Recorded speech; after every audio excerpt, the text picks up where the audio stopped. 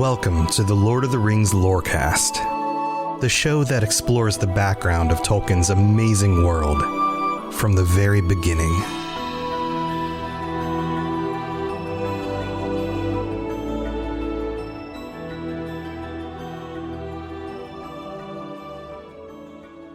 It's time for some dialogue. We're actually getting conversations with Erendis in this episode. We're getting more insight into her character, and I'm excited to get into the details here.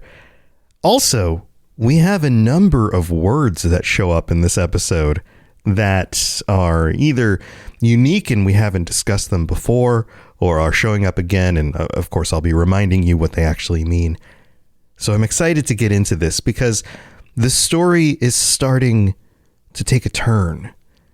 And we get to see some personalities that we haven't seen yet, which is particularly important, at least in my opinion, of a character like Erendis, because she's moving from somebody who's kind of a wallflower, somebody who has had very little influence on the story so far, other than maybe showing up to the boats in order to give her blessing so that Aldarion would return safely. But outside of that, we haven't gotten a whole lot of insight into her thoughts on everything. But now we do. Now we get an opportunity. And before we get into it, I want to ask you the question. What do you think her perspective is on the sea? And maybe even more importantly, on Aldarion and his intentions for his future as a ruler of Numenor. Well, hold on tight. Here we go.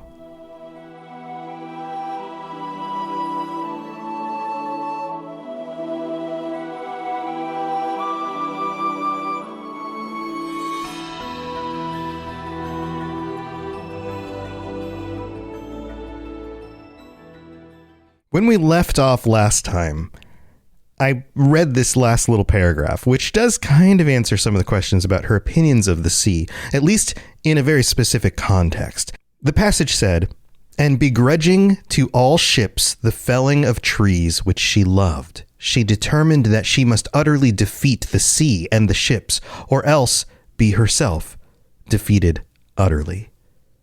This is one of those passages where Tolkien is doing this thing where he's using one of the characters to foreshadow the future, or at least pose limitations and expectations on the future and set up the coming conflict. This idea that she must be opposed to the sea and defeat the sea, or she herself will be utterly defeated. And on top of that, we get this insight into the felling of trees. She loves them. She loves the trees. This story is taking shape to be a story between the wills and the loves of a man whose heart is with the sea and a woman whose heart is with the land and the plant life. It feels kind of like a classic setup from a Shakespearean play or something like that. These two star-crossed lovers, but there's something that's holding each of them back from each other. But where exactly does this go, and how does it manifest itself in the relationship? Well, we start off finding out that Aldarion wooed Erendis in earnest. He has decided finally to follow his heart.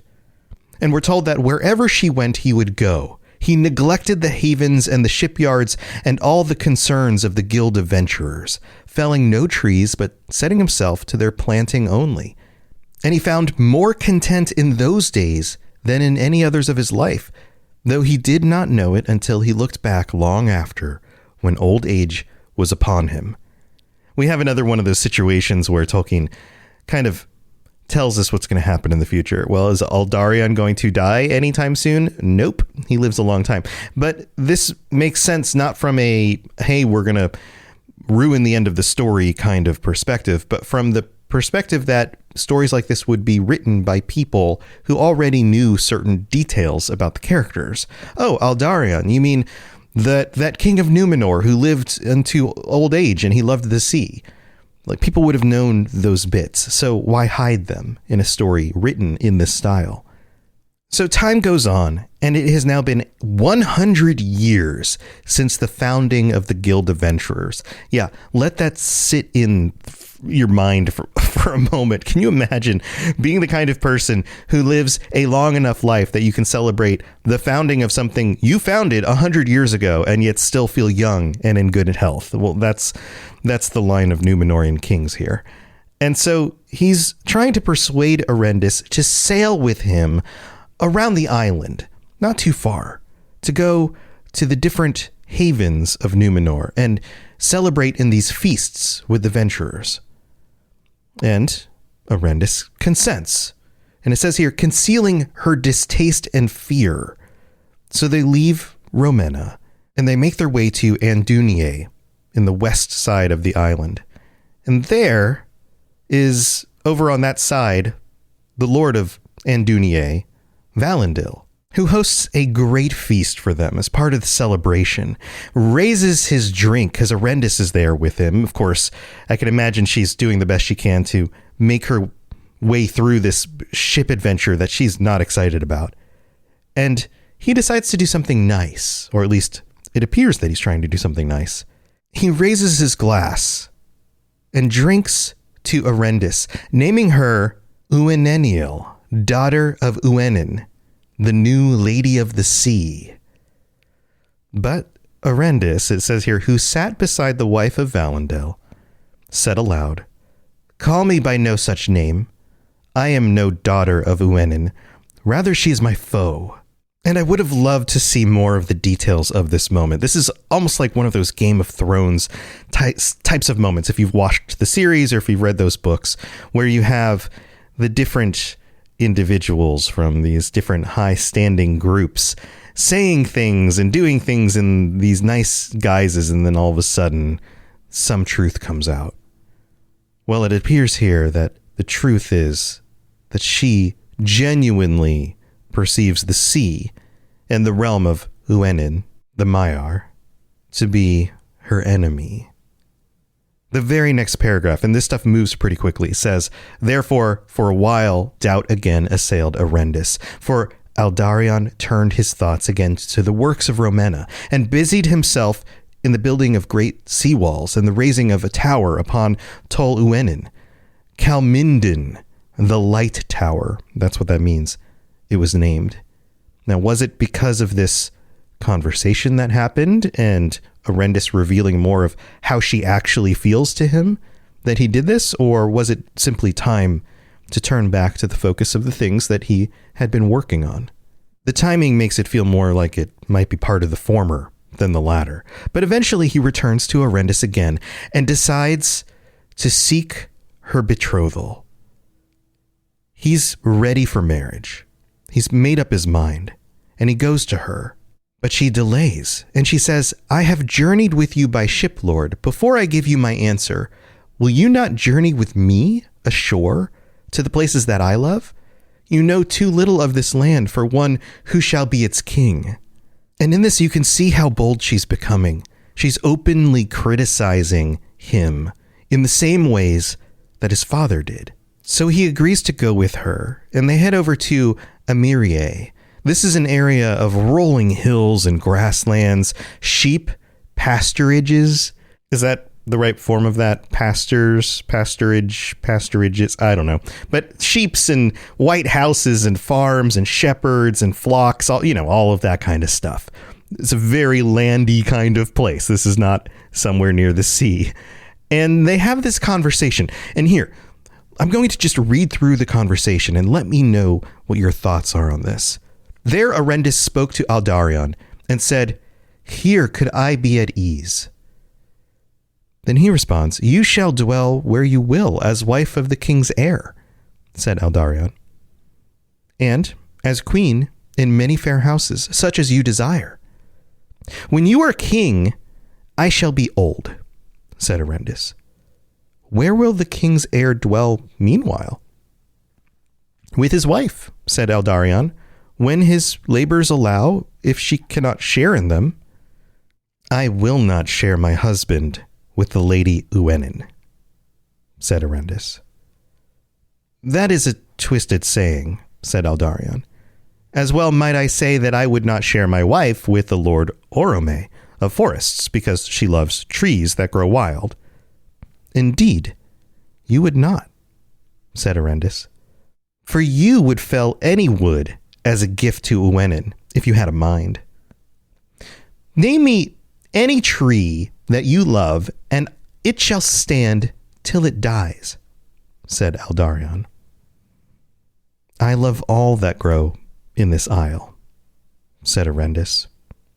Then they leave in silence, and they depart, and Erendis heads back to her father's house. You can see here that Aldarion is trying to answer her criticisms and her questions, and she keeps pushing it further, really trying to make her point.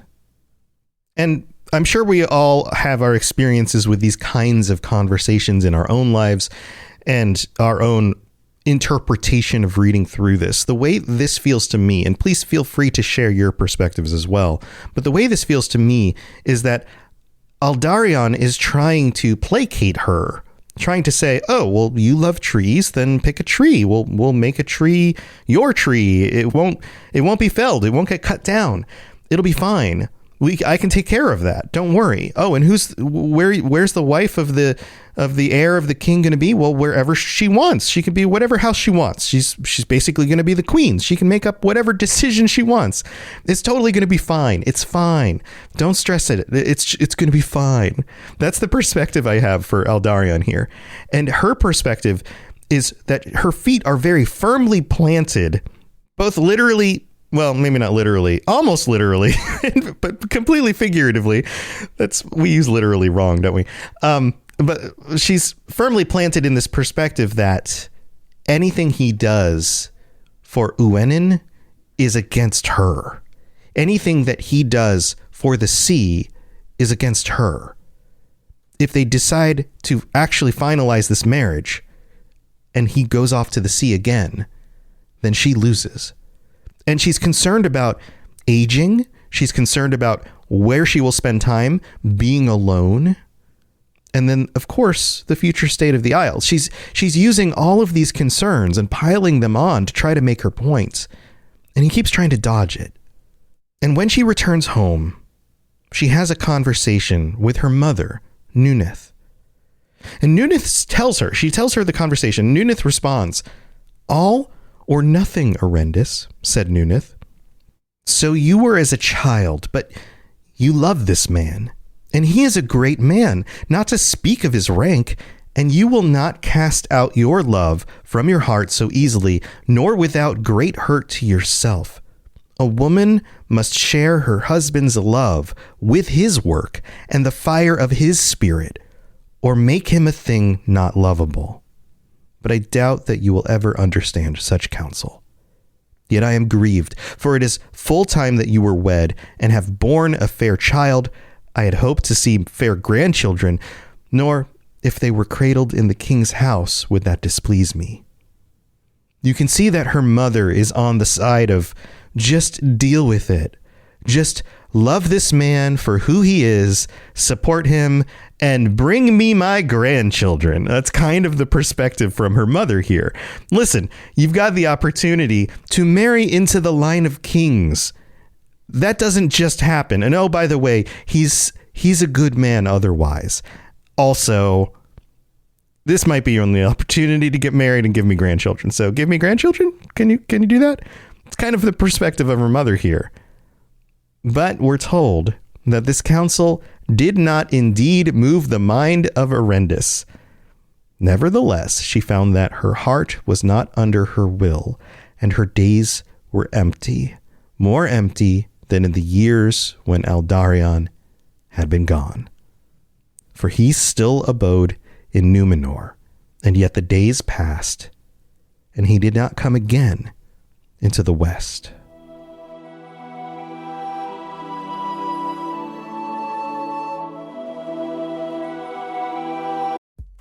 It's time for that spring reset. I'm taking a look at everything in my closet and figuring out that, oh no, this absolutely needs to go. And it's about time I replace things so that my clothes aren't older than my 15-year-old. Now you might think that they lasted that long because they were well made, but no, they're in terrible condition. Unlike the new jeans I just got from Quince. Jeans have always been my personal go-to because you can kind of wear them for lots of different things, but maybe they're not your thing. Maybe you're looking for, 100% European linen with insanely soft flow knit activewear fabric. It's definitely getting warmer, and their flow knit activewear is moisture wicking, anti-odor, and soft enough that you'll actually want to wear it every day. So pick out what you want. You can't go wrong because they have prices 50 to 60% less than similar brands. And like I said before, they are high quality. I continue to wear their clothes all the time, and I know that these new jeans are going to last me a lot better than the other things in my wardrobe. And on top of it, they look great. They're so comfortable. And I spent just as much on the jeans that I am now cleaning out of my wardrobe. So if you're looking for something better, just all around better, go check out Quince. So go do it right now. Refresh your wardrobe with Quince. Go to quince.com/ringslore for free shipping and 365-day returns. Now available in Canada too. Go to quince.com/ringslore for free shipping and 365-day returns. Quince.com/ringslore.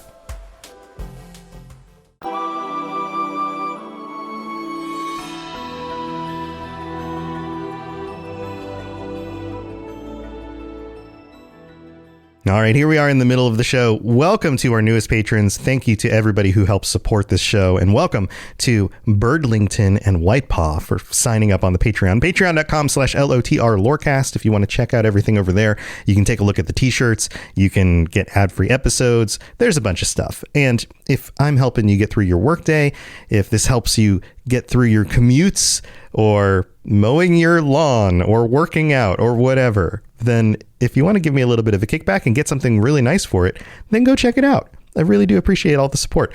Also, I have to shout out all of our VIP patrons. Here, let's go down the list. AKA Music Lover, Anakin Skywalker, Apollo, Aragorn III, Austin C, Azzle Razzle, Barney D, Bo, Black Squirrel, Brandy D, Cutter Metalworks, David S, David M, Divine Madman, Drupal, Fulcrum, Gimli a Break, Gemma D, Jesse P, JEggs, Jezer, Kate L, Katie S, Capenna, Lore FC, Lori B, Mason Weathertop, Michael M, Nick K, Nostrils of Sauron, Obi-Wan Kenobi, Peace Lutheran Church, Richard J, Rosie Rose, Sam B, Sauron for Life, Seju, TJT, and Tour Son of Hoor. Thank you so much to all of you for your support. Also, thank you if you've decided to leave a 5-star review anywhere. If you decided to do that with words on Apple Podcasts, then I'll read it out on a future episode of the show. I don't have any new ones this week, but you could be the next one to get read out. So drop those reviews. Also, if you rate the show on Spotify or whatever other podcatcher, or share it with your friends, any of that stuff, absolutely super helpful, keeps this show going, and I really do appreciate it. All right, I'm not going to take any more of your time here in the middle. Let's get back to the rest of the story.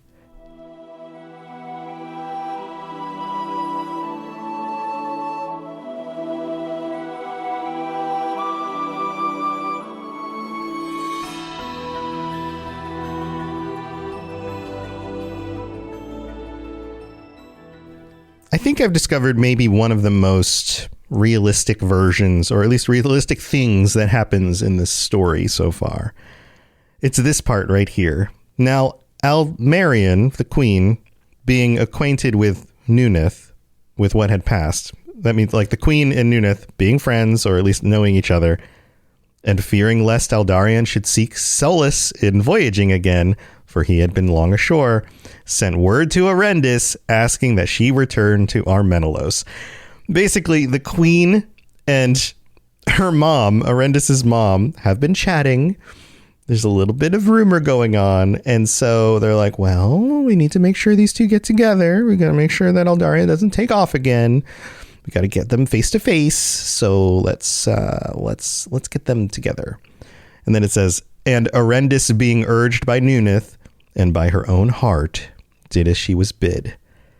So we get this glimpse here that although she's still fervently against the sea, she still loves him. She's still drawn to him. So time goes by, and it is now in the spring of the year. And we're told that when the time of the Eruk Yarme, Eric Yerme. It's a strange word for Tolkien words. Erukyerme. Eric Yerme was come. And this was as part of the celebration where there are 3 prayers held at the summit of the Meneltarma. And it was part of their yearly festivities, those kinds of things. They go to this and they ascend, and it says here, in the retinue of the king to the summit of the Meneltarma, which was the hallowed mountain of the Númenóreans, which we've talked about multiple times. So the 2 of them go up with the king as part of this entourage for the celebration and the giving of prayers.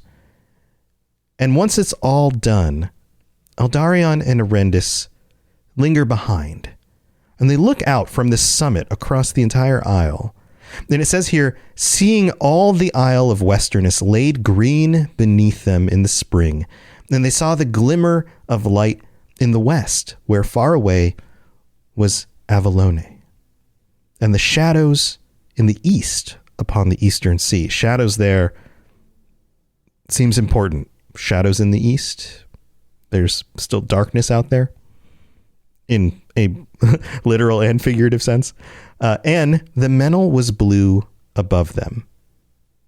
They did not speak, for no one save only the king spoke upon the height of Meneltarma. This was kind of like a Holy of Holies kind of situation where they could all go up the Meneltarma together for this festivity, but when you were up there, only the king, only the head of the entire Númenórean people could speak.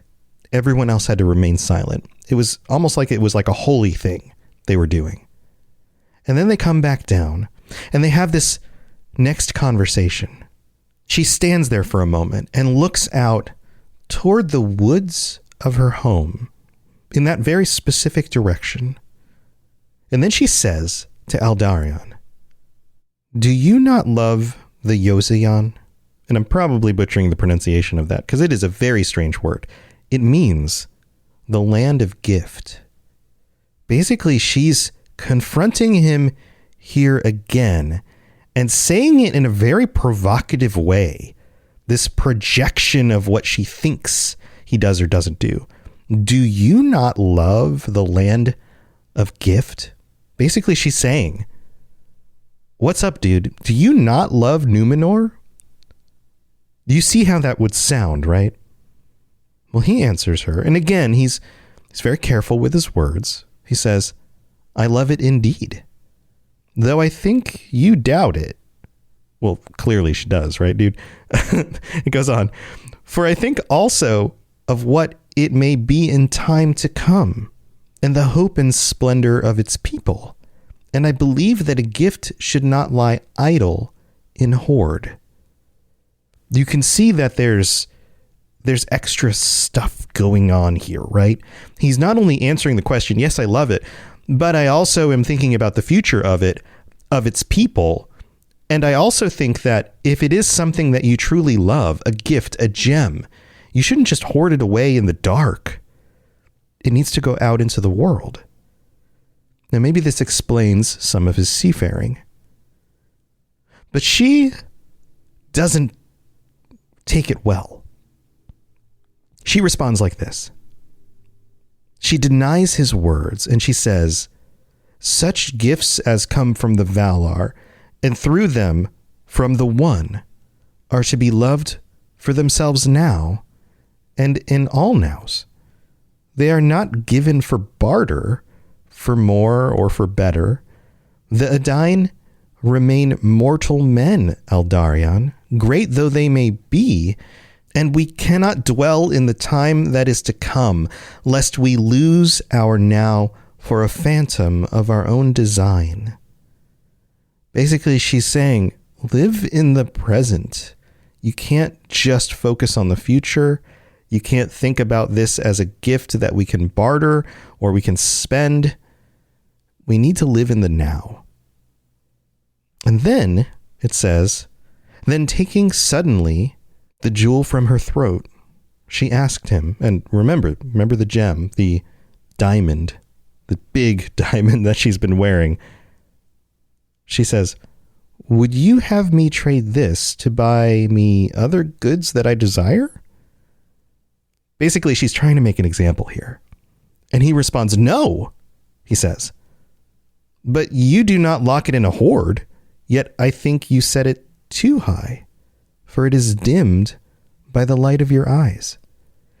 Now, okay, my initial thought of how I interpret this is, oh, he's just trying to schmooze her, right? Like, well, no, like, let me make my point. No, I don't think you should trade it, but also you aren't locking it in a hoard. That was my example. You are wearing it out for other people to see. You're using it in a way where you can share it with others. That was my point. Also, you wear it a little too high because it's not quite as pretty as your eyes are, is basically what he's saying, right? Then he kisses her on the eyes, and in that moment, she put aside fear and accepted him. It works. And their troth was plighted upon the steep path of the Meneltarma. Basically, they head down the mountain with this resolution somehow from this. He says something sweet to her, and maybe that was enough. Then they went back to Armenelos, and this is how it ends. This is how this section ends. And Eldarion presented Erendis to Tar Meneldur as the betrothed of the king's heir. And the king was rejoiced. And there was merrymaking in the city and in all the isle. And next time we're going to continue into this whole betrothal, getting married thing. But before we go, I want to get your perspective on the dialogue that we've had in this episode, the relationship between the two of them, and what we are shown and maybe what we aren't shown. How does this actually work? And I'd love your opinions on this. So please comment on the Discord or comment on this post on the Patreon, wherever you feel comfortable. And let me know your thoughts. Is Eldarion doing enough? Is he actually dissuading her fears? Is he approaching her critiques with actual responses? Because it seems like he's still making his point, and it seems like he's doing what he can, but he's keeping both of his feet in separate places. He's very clearly spread between his love for her and doing the things that he should do as the heir to the king, but he's also kind of keeping his other foot available on the side of the boats in the sea, almost like he's standing with one foot on the land and one foot on a boat. And he seems to continue to be doing this. And yet, even with her extremely direct critiques and questions, she still gives in. And maybe she doesn't really have a choice. Because what is the choice? She's basically a commoner. She doesn't come from high standing. She has the potential to become the future queen of the island, to marry into the royal line. If she doesn't do that, she leaves all of that life behind. But then she goes back home and she's alone. She feels like she's aging out of the potential to get married. She doesn't have anything else. Is this just a rock and a hard place situation for her? Is there no good answer? And how does she change the way she feels about the potential for him to leave again, and fearing for his life and his safety and the future important decisions he has to make as king? If she has to be part of that, she needs to feel like she's at least in line with it or is still important to him. And then on his side, how does he keep doing what he's doing when he's anchoring himself to the land and to a wife? Everything that this story is telling us is that it's heading toward a tragic end, because these two characters will not be anyone other than who they actually are. They might make decisions temporarily in time, but ultimately, they are who they are. Maybe this is some great insight into humankind, into the way people act.